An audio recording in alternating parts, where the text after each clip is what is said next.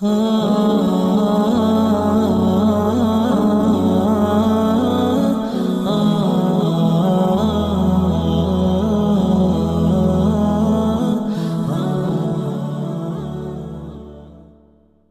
পথে সন্ধান। আলহামদুলিল্লাহ নাহমাদুহু ওয়া নাস্তাঈনুহু ওয়া নাস্তাগফিরুহু ওয়া নু'মিনু বিহি ওয়া নাতাওয়াক্কালু আলাইহি ওয়া নাউযু বিল্লাহি মিন শুরুরি আনফুসিনা ওয়া মিন সাইয়্যাতি আ'মালিনা من يهد الله فلا مضل له ومن يضلله فلا هادي له ونشهد أن لا إله إلا الله وحده لا شريك له ونشهد أن سيدنا وحبيبنا ومولانا محمدا عبده ورسوله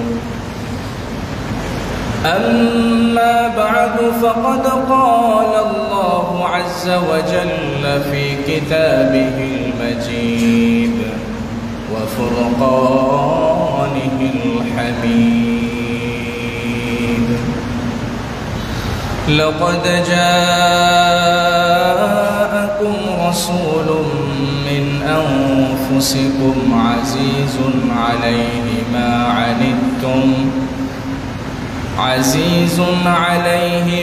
عنتم حريص عليكم بالمؤمنين رؤوف رحيم وقال تعالى في آية أخرى لقد كان لكم في رسول الله أسوة حسنة لمن كان يرجو الله واليوم الآخر وقال تعالى وما أرسلناك إلا مبشرا ونذيرا صدق الله مولانا العظيم وصدق رسوله النبي الكريم ونحن على ذلك لمن الشاهدين والشاكرين والحمد لله رب العالمين إن الله وملائكته يصلون على النبي يا أيها الذين آمنوا صلوا عليه وسلموا تسليما درود شريف قرئ اللهم صل على محمد وعلى آل محمد كما صليت على إبراهيم وعلى آل إبراهيم إنك حميد مجيد اللهم بارك على محمد وعلى آل محمد كما باركت على إبراهيم وعلى آل إبراهيم إنك حميد مجيد الحمد لله আল্লাহ তাবারক ওয়া তাআলা দরবারে লাখো কোটি শুকরিয়া জ্ঞাপন করছি যে আল্লাহ সুবহানাহু ওয়া তাআলা আমাদেরকে পবিত্র জুমার দিন আগে আগে মসজিদে আসার তৌফিক দান করেছেন। এজন্য প্রত্যেকেই উচ্চ স্বরে আল্লাহ রাব্বুল আলামিনের দরবারে শুকরিয়া আদায়ার্থে পড়ি আলহামদুলিল্লাহ। আল্লাহ তাবারক ওয়া তাআলা এই পৃথিবীকে সুস্থ এবং সুন্দরভাবে পরিচালিত করার জন্য, মানুষকে বিপদ থেকে সুপথে আনার জন্যে যুগে যুগে লাখো লাখো নবী রাসূল আল্লাহ তাবারক ওয়া তাআলা প্রেরণ করেছেন। এই নবী রাসূলরা পৃথিবীতে এসে মানুষকে আল্লাহর পরিচয় দান করেছেন। আল্লাহ রাব্বুল আলামিনের সাথে মানুষদেরকে সম্পৃক্ত করেছেন। মূর্তি পূজা পৌত্তলিকতা থেকে মানুষকে এনে তাওহীদবাদী বানিয়েছেন। আল্লাহ রাব্বুল আলামিনের একত্ববাদে বিশ্বাসী বানিয়েছেন। সর্বশেষ মুহাম্মদুর রাসূলুল্লাহ সাল্লাল্লাহু আলাইহি ওয়া আলিহি ওয়াসাল্লামকে সর্বশেষ নবী হিসেবে পাঠিয়েছেন। মুহাম্মদুর রাসূলুল্লাহ সাল্লাল্লাহু আলাইহি ওয়া আলিহি ওয়াসাল্লাম দীর্ঘত 63 বছর এই পৃথিবীতে থেকে অন্ধকারাচ্ছন্ন পৃথিবীকে আলোকিত করে মূর্তি পূজক থেকে মানুষদেরকে আল্লাহর ইবাদতকারী বানিয়েছেন। বলেন সুবহানাল্লাহ। আল্লাহ রাব্বুল আলামিন নবীজিকে পাঠিয়ে ঘোষণা করে দিয়েছেন, হে নবী আপনি বলে দিন, আনা খাতামুন নাবিয়্যিন লা নাবিয়্যা বা'দি, আমি সর্বশেষ নবী, আমার পরে আর কোনো নবী আসবে না। এজন্য নবীজিকে বলা হয় খাতামুন নাবিয়্যিন। নবীজির একটি উপাধি কি? খাতামুন নাবিয়্যিন। আল্লাহ তাবারাকা ওয়া তাআলা কোরআনের মধ্যে বলেছেন, মা কানা মুহাম্মাদুন আবা আহাদিন মির রিজালিকুম ওয়ালাকিন রাসূলুল্লাহি ওয়া খাতামান নাবিয়্যিন। মুহাম্মদ সাল্লাল্লাহু আলাইহি ওয়া আলিহি ওয়াসাল্লাম তিনি হচ্ছেন খাতামুন নাবিয়্যিন, সর্বশেষ নবী। তারপরে আর কেউ যদি নবী দাবি করে বুঝতে হবে সে হচ্ছে মিথ্যু। কথা ঠিক কিনা? নবীজির পরে কেউ নবী দাবি করলে সে ভণ্ড এবং প্রতারক হিসেবে চিহ্নিত হবে। সাহাবায়ে কেরাম রিদওয়ানুল্লাহি আলাইহি আজমাইন তাদের জীবদ্দশায় কেউ যদি নবী দাবি করেছে শুনেছেন, তার সাথে যুদ্ধ করে তাকে প্রতিহত করেছে। আমাদের নবী হচ্ছে শেষ নবী, এরপরে আর কোনো নবী নাই। সরাসরি নবীও নাই, জিল্লি বা ছায়া নবীও নাই। এরপরে যারা আসবেন সবাই নবী পাক সাল্লাল্লাহু আলাইহি ওয়াসাল্লামের উম্মত।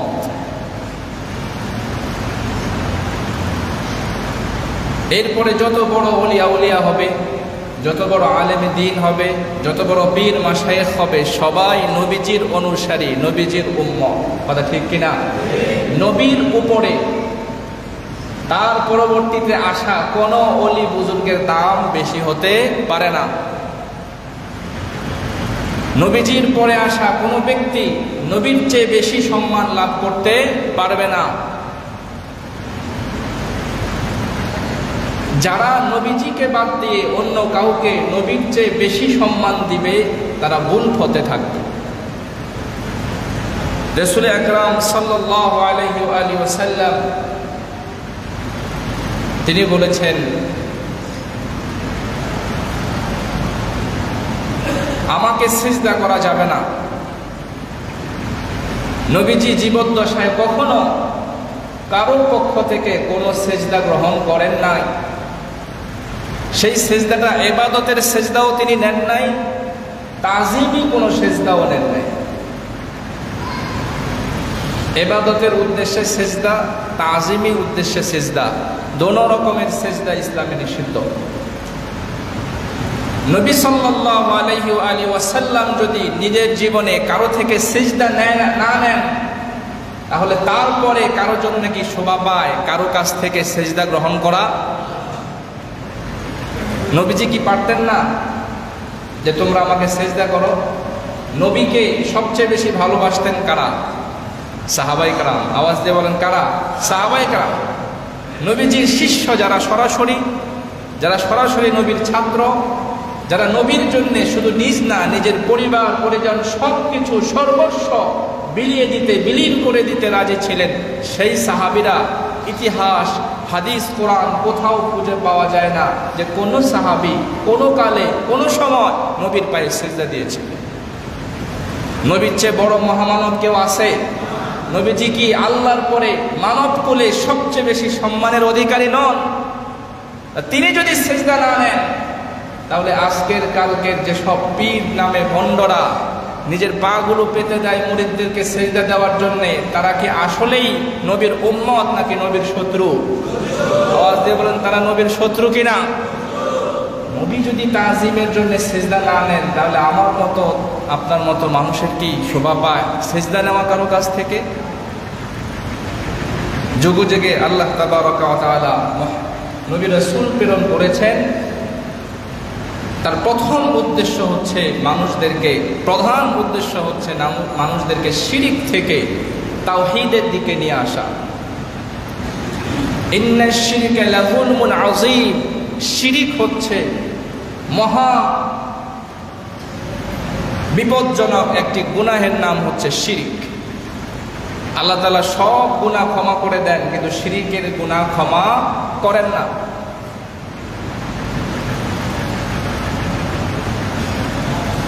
এজন্য মুহাম্মদুর রাসূলুল্লাহ সাল্লাল্লাহু আলাইহি ওয়া আলিহি ওয়াসাল্লাম তিনি সর্বশেষ নবী, সর্বশেষ রাসূল। তারপরে আর কোনো রাসূল, কোনো নবী আসবে না। তারপরে যারা আসবেন তারা সবাই মুহাম্মদ সাল্লাল্লাহু আলাইহি ওয়াসাল্লামের উম্মত এবং সবাই তার শরীয়তের অনুসারী থাকতে হবে।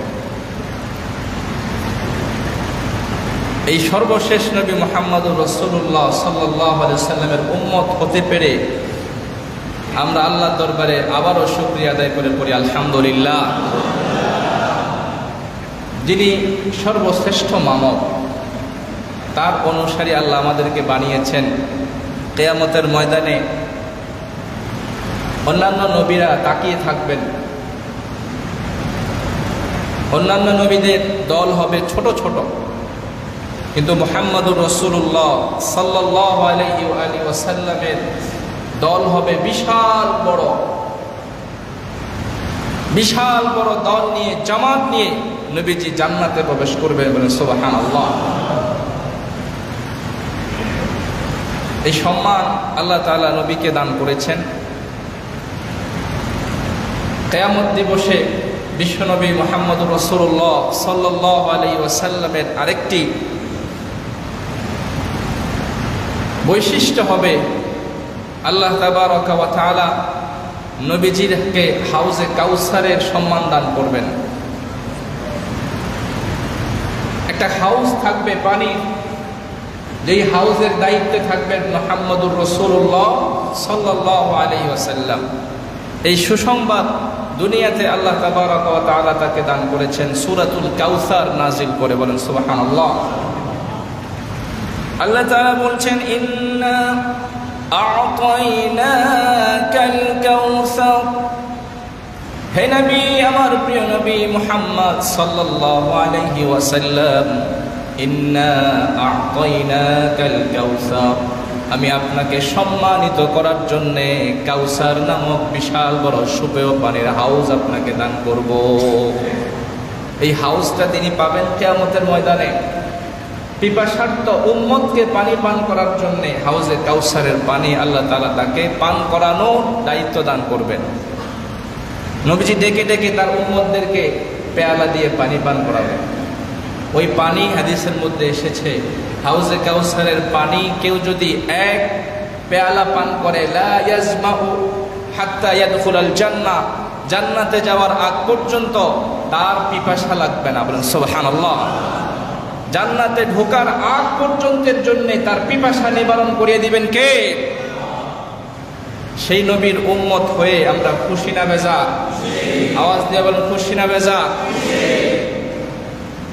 হাদিসে পাকের মধ্যে ইরশাদ হয়েছে, কিয়ামত যখন কায়েম হবে, মানুষেরা দিক বিদিক ছুটাছুটি করতে থাকবে। ভয়াবহ সেই কিয়ামতের দিনে সবাই একটা আকাঙ্ক্ষা করবে, তাড়াতাড়ি বিচার কাজ শুরু হোক। সবাই একটা আকাঙ্ক্ষা করবে যে তাড়াতাড়ি বিচার শুরু হোক,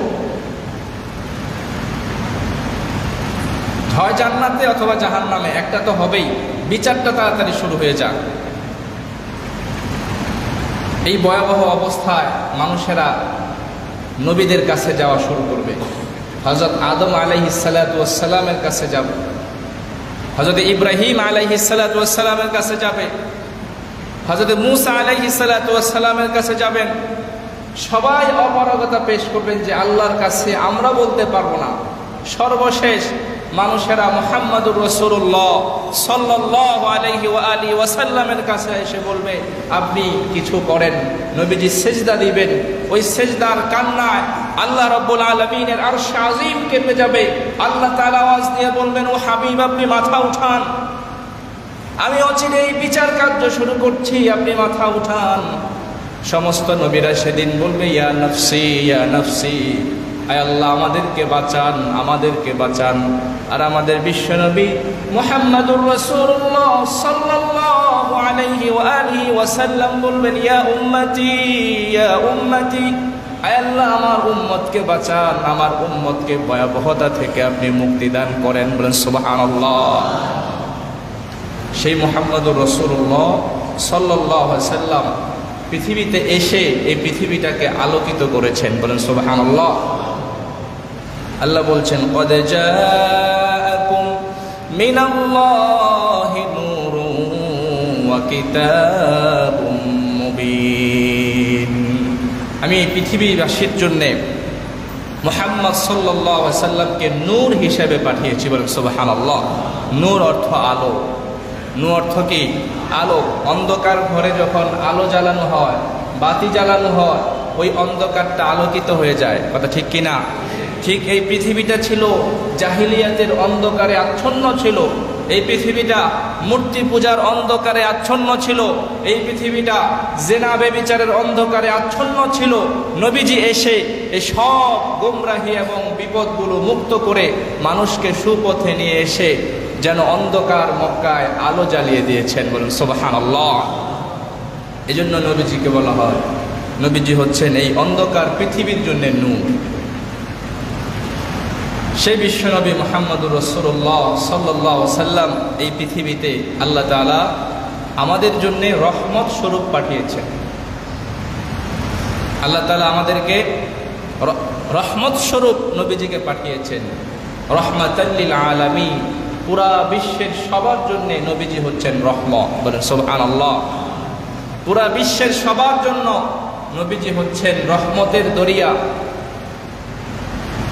এজন্য মুহাম্মদ সাল্লাল্লাহু আলাইহি ওয়া আলিহি ওয়াসাল্লামকে মহব্বত করতে হবে, নবীজির আশিক হতে হবে, নবীজির প্রেমিক হতে হবে। রাজি আছেন তো ইনশাআল্লাহ?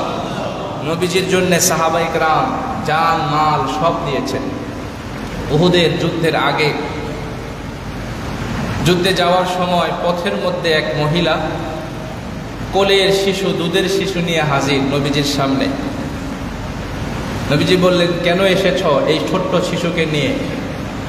মহিলা জবাব দিয়ে বলে, ইয়া রাসূলুল্লাহ, ইয়া হাবিবাল্লাহ, আপনি যুদ্ধে যাচ্ছেন, সেখানে শত্রুর মোকাবেলা আপনাকে করতে হবে। আমি মহিলা মানুষ, অসুস্থ মানুষ, আপনার সাথে আমি যেতে পারছি না। আমার এই কোলের শিশুটাকে আপনি নিয়ে যান। এই শিশুকে আপনার বুকের সামনে রেখে শত্রু যখন আপনার দিকে তীর নিক্ষেপ করবে, আমার এই শিশুকে দিয়ে আপনি আপনার তীরটাকে বাধাগ্রস্ত করবেন। বলেন সুবহানাল্লাহ। তীর যেন আপনার কলিজায় না লাগে, আমার শিশু, কোলের দুগ্ধ পানকারী শিশুর কলিজা যেন ঝাঁঝরা হয়, তারপরও আপনার জীবন যেন আল্লাহ বাঁচিয়ে দেয়। এমন ভালোবাসা, ইশক, মুহাব্বত নবীজির সাথে সাহাবীদের ছিল। উহুদের যুদ্ধের বর্ণনায় পাওয়া যায়, যখন কাফেররা নবীজিকে ঘিরে ফেলল, চারদিক থেকে যখন তীর নিক্ষেপ করা শুরু হলো, সাহাবায়ে কেরাম রিদওয়ানুল্লাহি আলাইহিম আজমাইন তারা নিজেদের পিঠ দিয়ে প্রাচীর নির্মাণ করে চারপাশ থেকে নবীজিকে ঘিরে রেখে এক একজন সাহাবী শত শত তীরের আঘাত নিজেদের পিঠে নিয়েছেন, তারপরও আল্লাহর নবীকে হেফাজত করেছেন। সুবহানাল্লাহ। তারা নবীজিকে ভালোবাসতেন অনেক বেশি। হযরত আবু হুরায়রা রাদিয়াল্লাহু তাআলা আনহু ইতিহাসে পাওয়া যায়, নবীজির ইন্তেকালের পরে হযরত বিলাল রাদিয়াল্লাহু তাআলা আনহু, নবীজির ইন্তেকালের পরে হযরত বিলাল মসজিদে নববীর মুয়াজ্জিন ছিলেন, আজান দিতেন। মুহাম্মদুর রাসূলুল্লাহ সাল্লাল্লাহু আলাইহি ওয়াসাল্লামের পরে যখন তিনি আজান দিতে উঠতেন, হাইয়া আলাস সালাহ বলার সময় ডান দিকে মুখ ফিরানো সুন্নাত। হাইয়া আলাস সালাহ বলার সময় যখন ডান দিকে মুখ ফিরাতেন, দেখতেন যে নবীজি আর বেঁচে নাই, তিনি রওজা মুবারকে শুয়ে আছেন। এ কথা মনে করার সাথে সাথে তিনি বেহুশ হয়ে যেতেন। সুবহানাল্লাহ, আল্লাহর নবী আর বেঁচে নাই, আর নবীজিকে দেখতে পাচ্ছেন না। এই বিরহে, এই যন্ত্রণায় তিনি আজানই দিতে পারতেন না। যখনই আজান দিতে উঠতেন, নবীজির রওজার দিকে তাকালেই তিনি হুঁশ হারিয়ে ফেলতেন। এত মুহাব্বত নবীজি সাল্লাল্লাহু আলাইহি ওয়াসাল্লামকে করতেন। এমন মুহাব্বত আমাদেরকেও করতে হবে। রাজি আছেন তো ইনশাআল্লাহ? কত পরিমাণ? নিজের মিন নাফসিহি ওয়া মালিহি ওয়া আহলিহি, নিজের পরিবারের চেয়েও বেশি মুহাব্বত করতে হবে, ভালোবাসতে হবে নবীকে। নিজের মালের চেয়েও বেশি ভালোবাসতে হবে নবীকে। নিজের জানের চেয়েও বেশি ভালোবাসতে হবে নবীকে। জান, মাল, পরিবার, সন্তানাদি। পরিবার অর্থ সন্তান, পরিবার, পরিজন। হযরত ওমর রাদিয়াল্লাহু তাআলা আনহু তিনি নবীজিকে বললেন, ইয়া রাসূলুল্লাহ, ইয়া হাবিবাল্লাহ, আমি আপনাকে ভালোবাসি নিজের পরিবারের চেয়ে বেশি, নিজের মালের চেয়েও বেশি, কিন্তু ইয়া রাসূলুল্লাহ, আমি আমার জানের চেয়ে বেশি আপনাকে ভালোবাসতে পারি নাই।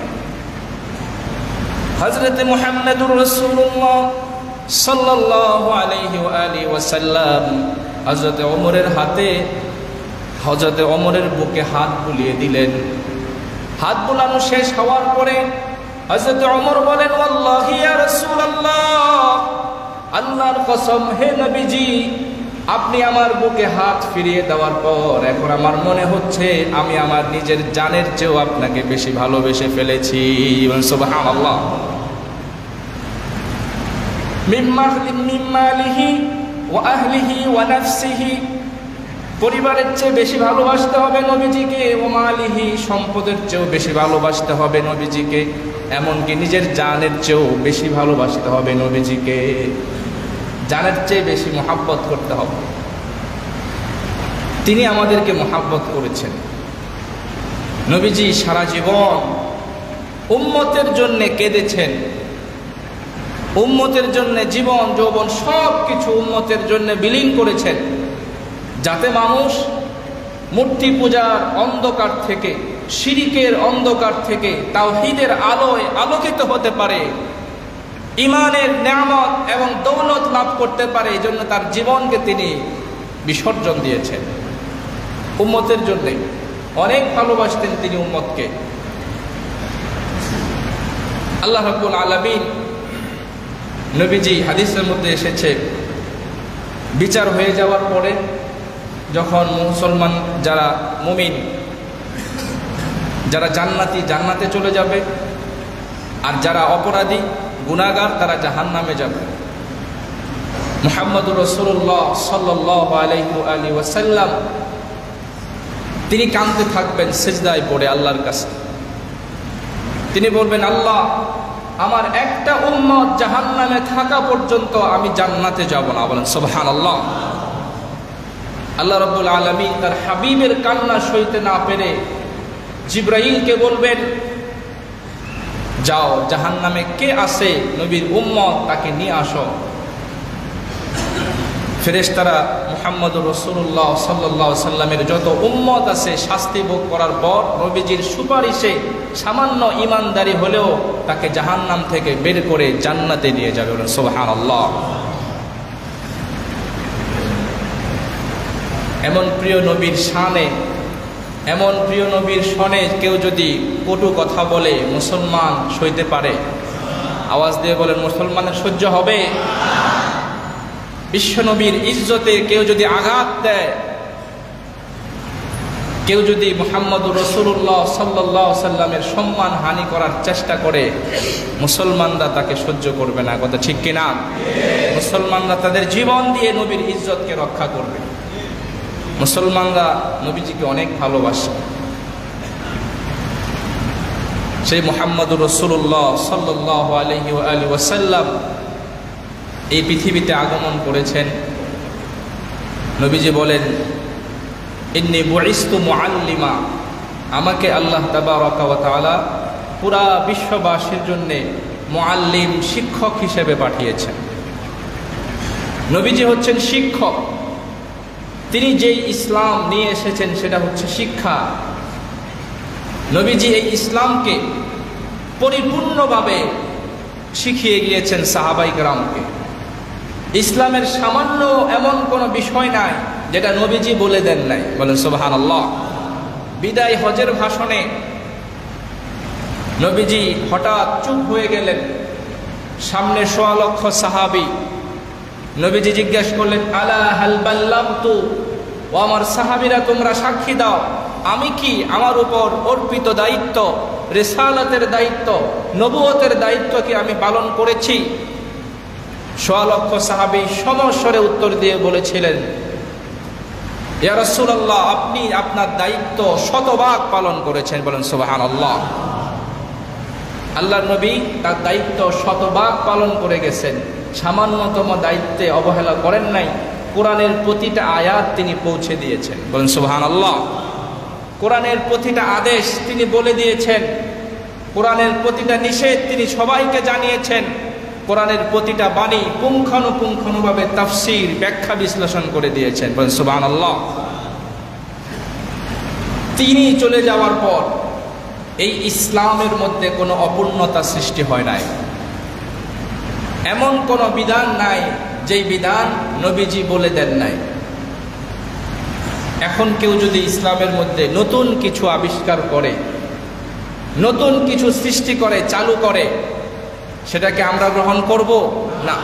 তাহলে প্রশ্ন আসে, আপনি নতুনভাবে ইসলামের নতুন কিছু শুরু করছেন, বিশ্বনবী কি তার দায়িত্ব পালন করে যান নাই?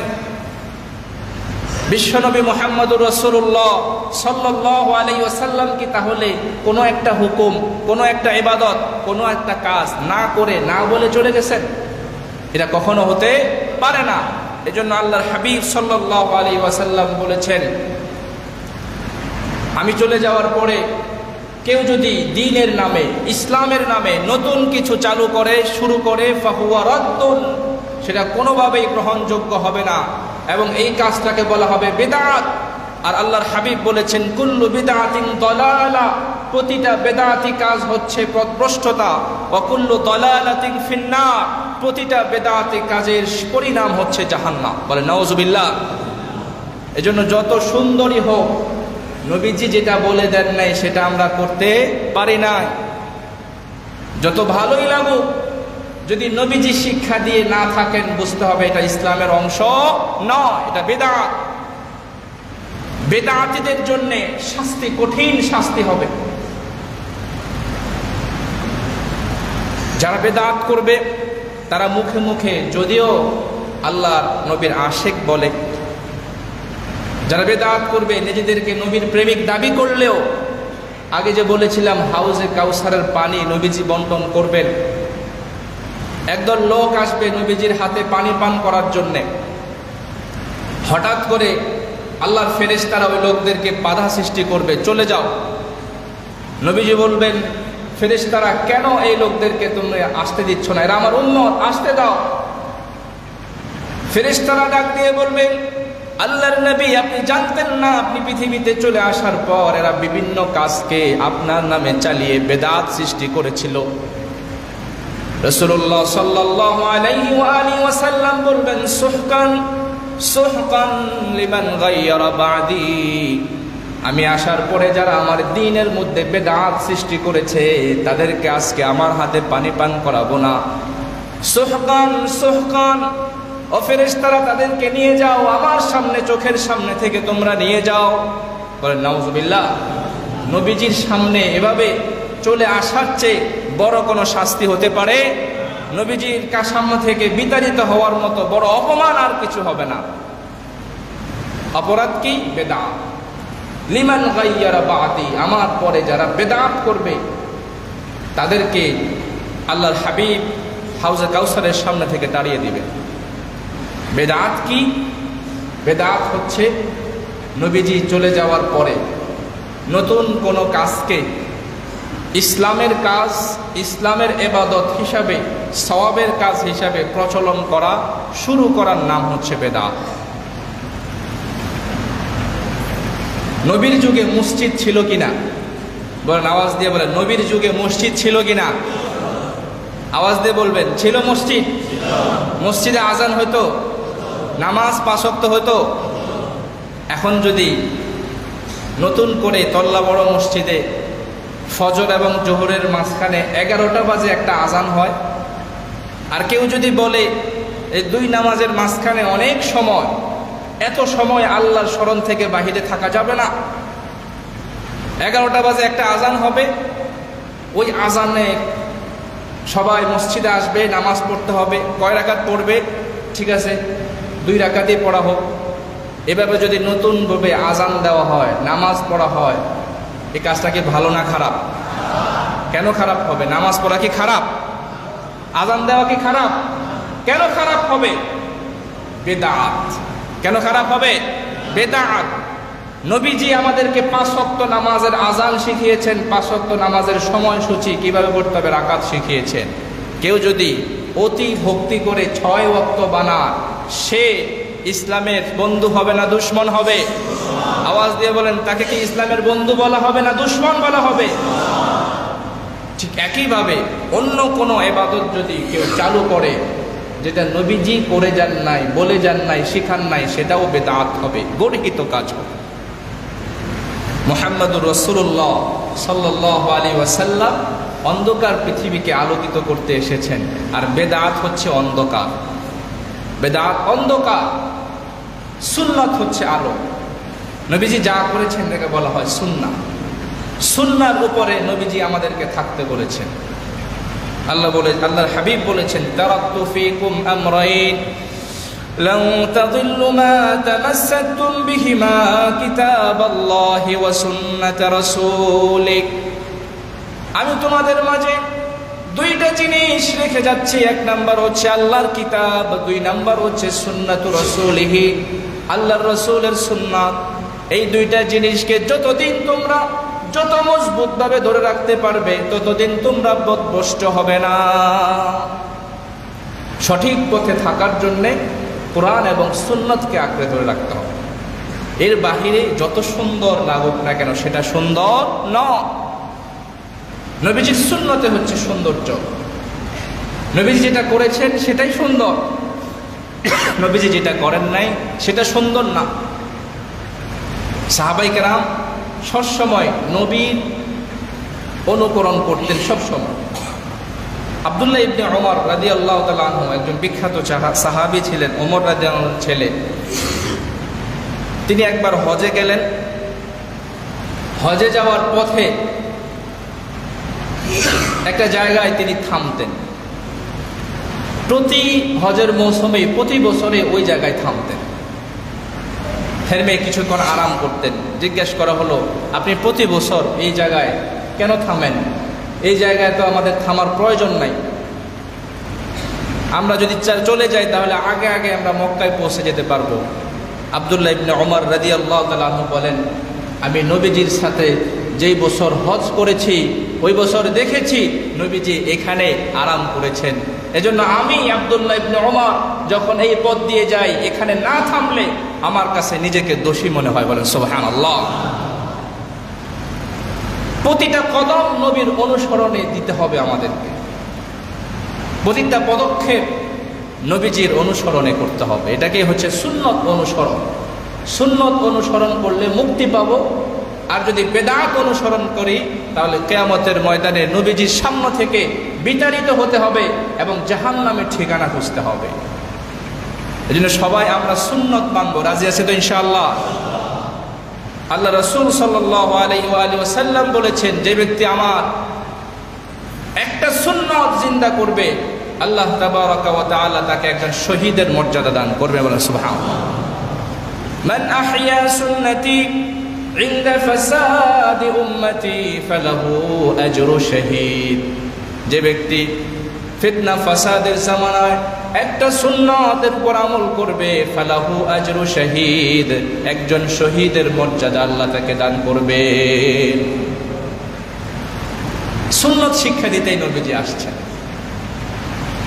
রাসূলুল্লাহ সাল্লাল্লাহু আলাইহি সাল্লামকে আল্লাহ তাআলা এই সম্ভ্রান্ত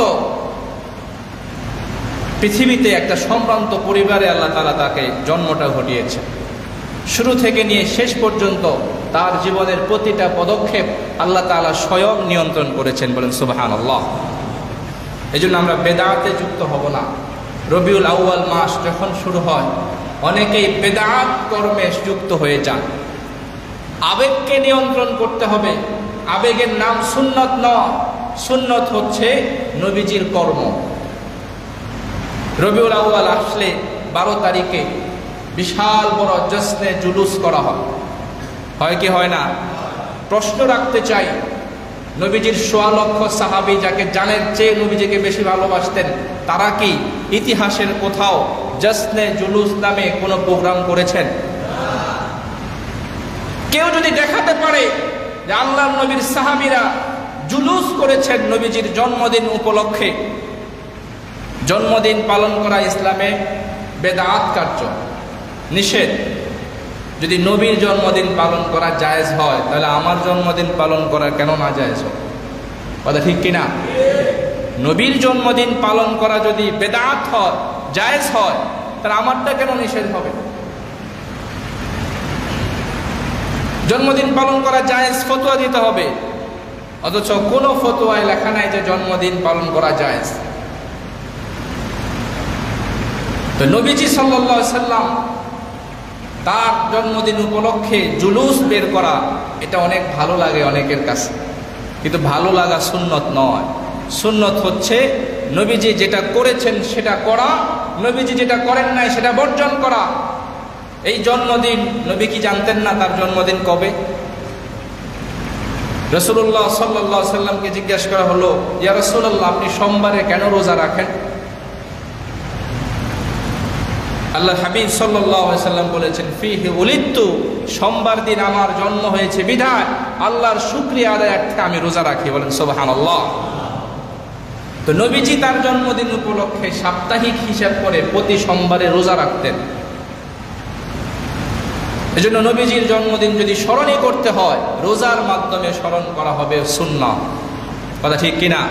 কিন্তু দেখা যায় ভিন্ন ঘটনা, মাইকে ডেকে অ্যানাউন্স করে জুলুস করা হয়। জোহরের আজান দিলে একজন নবীর আশেকও মসজিদে ঢোকে না, আসে না নাই? এটা কেমন মোহাব্বত যে নামাজ আদায় করবে না সে কখনো নবীর প্রেমিক হতে পারে না। বেনামাজি কিভাবে আল্লাহর আশেক হয়, আল্লাহর হাবিবের আশেক হয়? কৃত্রিম মদিনা শরীফ বানিয়ে সেখানে চুমু খাওয়া, এই সব কিছু কাজ অতি ভক্তি, যেটা গ্রহণযোগ্য নয়। সাহাবাই কেরাম নবীজিকে এত ভালোবাসতেন, তারা তো জন্মদিন পালন করেন নাই, জুলুস বের করেন নাই, মিছিল বের করেন নাই। এই জুলুস বের করা বেদাত। 5 ওয়াক্ত নামাজের সাথে 6 ওয়াক্ত বৃদ্ধি করা যেমন বেদাত, আল্লাহর হাবিব সাল্লাল্লাহু আলাইহি ওয়াসাল্লাম যেই ঈদগুলোকে মুসলমানদেরকে নির্দেশ দিয়েছেন তোমরা আনন্দ করো, ঈদ পালন করো, এই ঈদগুলোর মধ্যে আরো নতুন ঈদ বৃদ্ধি করার অধিকার কারো নাই। কথা ঠিক কিনা? আপনি বলবেন আপনার যুক্তিতে ইসলাম চলবে না, ইসলাম চলবে কোরআন দিয়ে। কথা ঠিক কিনা? ইসলাম চলবে নবীজির হাদিস দিয়ে, আপনার ঠুনকো যুক্তি দিয়ে ইসলাম চলবে না। আপনি বলবেন ঈসা আলাইহিস সালামের জন্মদিনে খ্রিস্টানরা ঈদ পালন করে, নবীজির জন্মদিনে আমরা কেন পালন করব না? ঈসা আলাইহিস সালামের জন্মদিনের ঈদ তাদের সৃষ্টি, আর আমাদের হাবিব বিশ্বনবী মুহাম্মদুর রাসূলুল্লাহ সাল্লাল্লাহু আলাইহি সাল্লাম ঈদুল ফিতর এবং ঈদুল আজহাকে আমাদের জন্য ঈদ বানিয়েছেন। তিনি যদি চাইতেন তার জন্মদিনকে ঈদ বানাতে পারতেন না, কিন্তু ইতিহাসে কোরআনে কোথাও একটা হাদিস নাই যে নবীজি বলছেন যে আমার জন্মদিনকে তোমরা ঈদ বানাও। ভক্তি করতে গিয়ে তো নবীজির শিক্ষার বাহিরে যাওয়া যাবে না। এজন্য নবীদের জন্মদিনকে মুসলমানদের জন্য ঈদের দিন নবীজি বলেন নাই বিধায় আমরা মানি না। যদি নবী বলতেন, যদি ওমর, আবু বকর, ওসমান, আলী বলতেন, তাহলে আমরা মাথা পেতে নিতাম, মানতাম। কথা ঠিক কিনা? আপনি বললে তো আমরা মানব না। আপনার যুক্তি তো যুক্তি না, যুক্তি তো হচ্ছে কোরআন, যুক্তি হচ্ছে হাদিস। এজন্য প্রিয় ভাইরা, বেদাত কাজে যুক্ত হওয়া যাবে না। তাহলে প্রশ্ন হচ্ছে, আমরা 12 রবিউল আউয়াল কি করব? 12 রবিউল আউয়াল যদি সম্ভব হয় আমরা নবীজির আগমনের শুকরিয়ার্থে আমরা রোজা রাখতে পারি। নবীজি রেখেছেন রোজা, আর আমরা যাই মিছিলে। মিছিলে গেলে তো শরীর এমনি ক্লান্ত হয়, খাবার খেতে হয়। তো এটা উল্টোটা কিভাবে করি? আমরা কি করতে পারি?